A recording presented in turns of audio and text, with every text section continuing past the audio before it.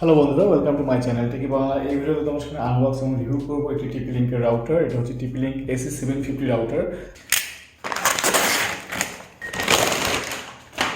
তো এই হচ্ছে আমাদের বক্স, টিপি link AC750 dual band wifi router, অর্থাৎ 2.4Gও পাবো এবং 5Gও পাবো। তবে 5Gতে ম্যাক্সিমাম স্পিড থাকবে 433 Mbps এবং নর্মাল 2.4Gতে আমরা পাবো 300 Mbps স্পিড। 4টে এন্টিনা থাকছে, তো কভারেজ নিয়ে কোনো টেনশনই নেই, পুরো বাড়ির জুড়েই কভারেজ পাওয়া যাবে। এবং এটা কিন্তু একই সঙ্গে রাউটার, অ্যাক্সেস পয়েন্ট এবং রেঞ্জ এক্সটেন্ডার হিসেবেও কাজ করবে, অর্থাৎ তোমরা যদি এটাকে সেকেন্ডারি রাউটার হিসেবে ব্যবহার করতে চাও এবং ওয়্যারলেসলিও কিন্তু রেঞ্জ এক্সটেন্ডার হিসেবেও ব্যবহার করা সম্ভব। 3 বছরের ওয়ারেন্টি আছে এর সঙ্গে। এখানে আরও কিছু ফিচার্স লেখা আছে এখানে। তো চলো আর কথা না বাড়িয়ে প্যাকেটটাকে আমরা খুলে নিই।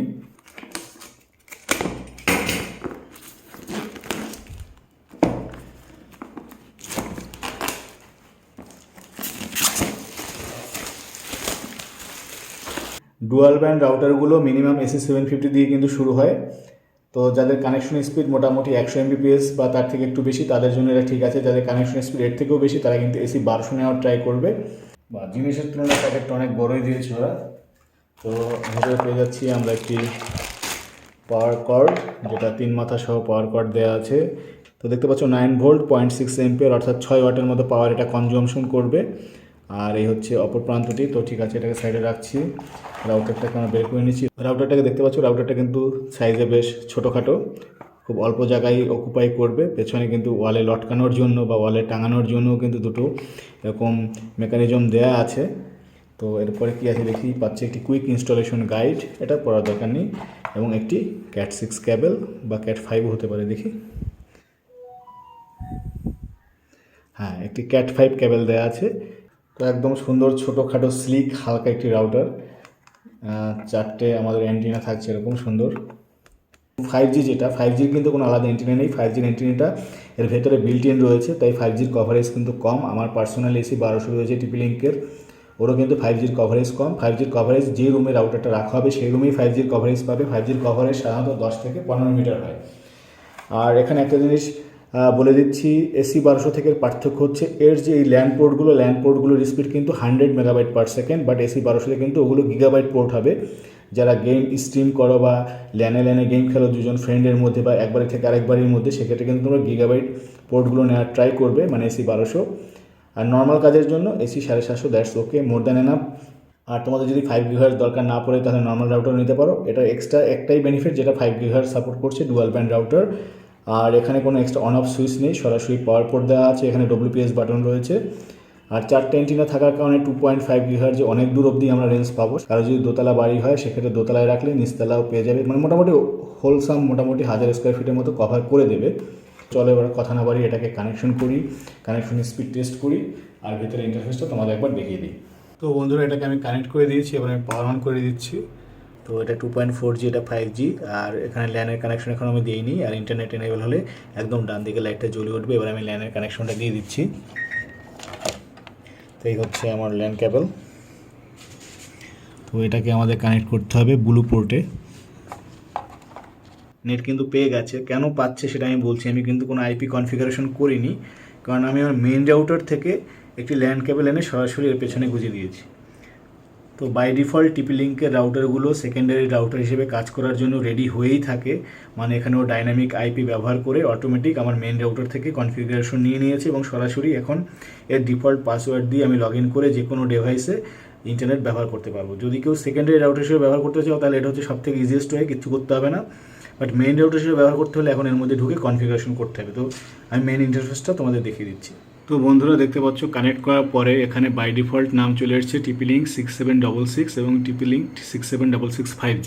তো দুটো ব্যান্ডই পেয়ে গেছে। নর্মাল ব্যান্ডের জন্য 6766 এবং 5Gর জন্য আলাদা করে 5G উল্লেখ করা আছে। তো আমি 5Gর সঙ্গে কানেক্ট করছি, কারণ আমার ল্যাপটপে 5G কানেক্টিভিটি আছে। তো কানেক্ট অটোমেটিক্যালি দিয়ে কানেক্ট করলাম। এবার পাসওয়ার্ড চাইবে, তো তোমরা যদি ডিফল্ট পাসওয়ার্ড না দেখতে চাও, তাহলে এখানে যে একটা WPS বাটন আছে ওখানে একটু প্রেস করো। প্রেস করে ধরে থাকলে অটোমেটিক পাসওয়ার্ড কিন্তু নিয়ে নেবে। আমি প্রেস করে দিয়েছি, অটোমেটিক কিন্তু এখানে নিয়ে নিচ্ছে। তোমাদের এক্সট্রা পেছন থেকে উল্টিয়ে পাসওয়ার্ড লেখার কোনো দরকার নেই। তো এটা একটা টিক্স, কারো বাড়িতে গেলে কেউ যদি পাসওয়ার্ড না দেয়, জাস্ট WPS বাটনের চাপ দিয়ে দেবে, অটোমেটিক কানেক্ট হয়ে যাবে। ঠিক আছে, তো অটোমেটিক কানেক্টেড হয়ে গেল। আমরা নেট অ্যাক্সেসও পেয়ে যাচ্ছি। তো 5Gতে কতটা স্পিড পাচ্ছি সেটা প্রথমে আমি একটু টেস্ট করে দেখাচ্ছি। এবারে গো।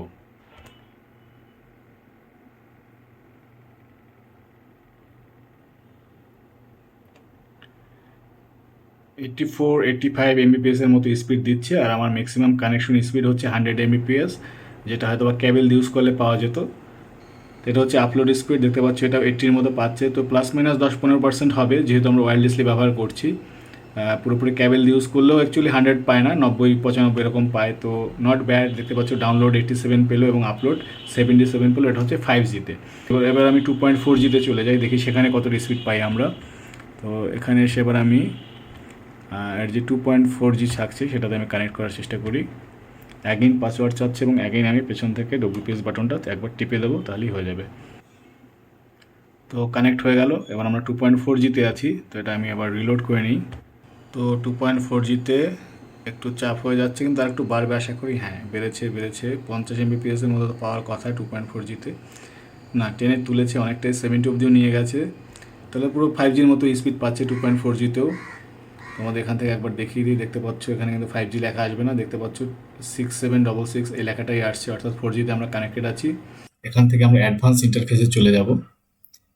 তো প্রথমেই আসছে অপারেশন মোড। তো অ্যাক্সেস পয়েন্ট মোড আর রাউটার মোডটা সিমিলার। অ্যাক্সেস পয়েন্ট মোডটা হচ্ছে মানে আমাদের নিজস্ব কোনো ইন্টারনেট নেই, কিন্তু একটা অফিসের মধ্যে যদি 8-10টা কম্পিউটার থাকে, ওই কম্পিউটারের নেটওয়ার্কটাকে একটা ওয়্যারলেস নেটওয়ার্ক বানিয়ে দেবে সেজন্য। আর মোরাললেস এই মুহূর্তে কিন্তু আমার সেট আপটা এরকমই, কারণ আমি একটা এক্সিস্টিং আমার যে মাদার রাউটার সেখান থেকে কিন্তু এখানে কানেকশন করেছি। তো মোটামুটি অ্যাক্সেস পয়েন্ট হিসেবে কাজ করছে এই মুহূর্তে, বাট রাউটার হিসেবে সিলেক্ট করলেও কিন্তু কাজ করে যাচ্ছে। যদি রেঞ্জ এক্সটেন্ডার হিসেবে তোমরা ব্যবহার করতে চাও, সেক্ষেত্রে আমার চ্যানেলে অলরেডি ভিডিও দেওয়া আছে কিভাবে এই রেঞ্জ এক্সটেন্ড করতে হয়, তোমরা ওটা ভিডিওটা দেখে নিতে পারো, আমি ওটার লিঙ্ক এই ভিডিও ডেসক্রিপশনে দিয়ে দেবো। অপারেশনের পরে আছে নেটওয়ার্ক।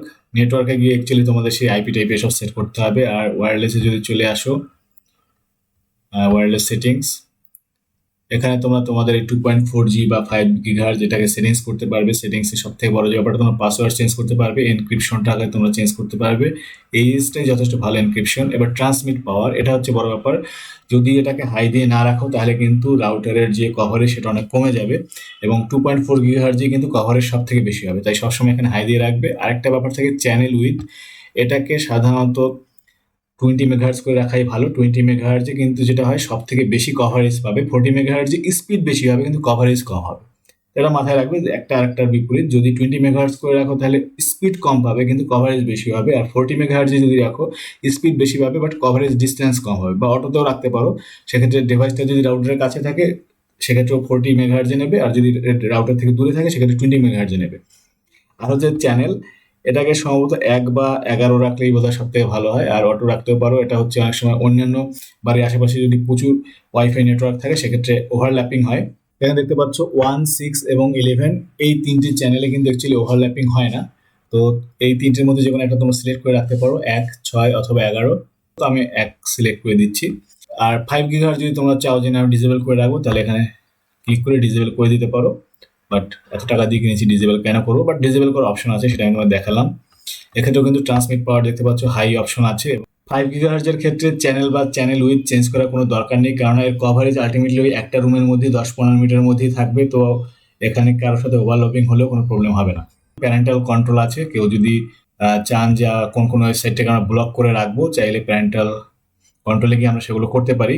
কিউএস হচ্ছে কোয়ালিটি অফ সার্ভিস। তো এটা যদি এনেবেল করে দেওয়া হয় তাহলে যেটা হবে, ওয়াইফাই বা ল্যানের মাধ্যমে এই রাউটারের যতগুলো ইউজার থাকবে তাদের মধ্যে আলটিমেটলি আপনার যে ইন্টারনেট প্ল্যানের যে স্পিড আছে ওটা ডিস্ট্রিবিউট করে দেওয়া হবে। মানে ধরুন আমার 100 Mbps স্পিড, এখন যদি 5 জন ইউজার আমার এখানে কানেক্টেড থাকে, আর আমি যদি কিউএসটাকে এনেবেল করে দিই, তাহলে কিন্তু সবার মধ্যে 20 Mbps করে স্পিডটা ভাগ হয়ে যাবে। ইভেন এটা এনেবেল করার পরে আরেকটা অপশন থাকে, সেটা হচ্ছে আমি চাইলে কোনো একটা ডিভাইস বা কোনো একটা ইউজারকে প্রায়োরিটাইজ করতে পারি। যেমন এই মুহূর্তে আমি একাই কানেক্টেড এর সঙ্গে, তো আমি যদি এখানে প্রায়োরিটি দিয়ে দিই, তাহলে স্পিডের ক্ষেত্রে এখানে 8-10 জন যতজনই কানেক্টেড থাকুক না কেন, আমি যদি কিছু ডাউনলোড করি, ডাউনলোডের প্রেফারেন্স আমার থাকবে, অন্যদের মানে সেকেন্ডারি হিসেবে কাউন্ট করা হবে। তাদেরকে দেওয়া হবে বাট তাদের প্রেফারেন্স দেওয়া হবে না, তাদের স্পিড কমিয়ে দেওয়া হবে। এলইডি কন্ট্রোলটা দরকার, যেটা হচ্ছে অনেকে যদি মানে শোবার ঘরে থাকে রাউটারটা, সেক্ষেত্রে রাতের বেলা অনেকের লাইট দেখে প্রবলেম হতে পারে। সেক্ষেত্রে যদি আমরা নাইট মোড এনেবেল করে দিই, রাতের বেলা এলইডি লাইট অটোমেটিক অফ হয়ে যাবে। আজকের মতো এখানেই শেষ করছি। কারো যদি কোনো কিছু আরও জানার থাকে তাহলে কমেন্ট করুন, আমি চেষ্টা করবো রিপ্লাই দেওয়ার জন্য। সবাই ভালো থাকবেন, সুস্থ থাকবেন, টাটা।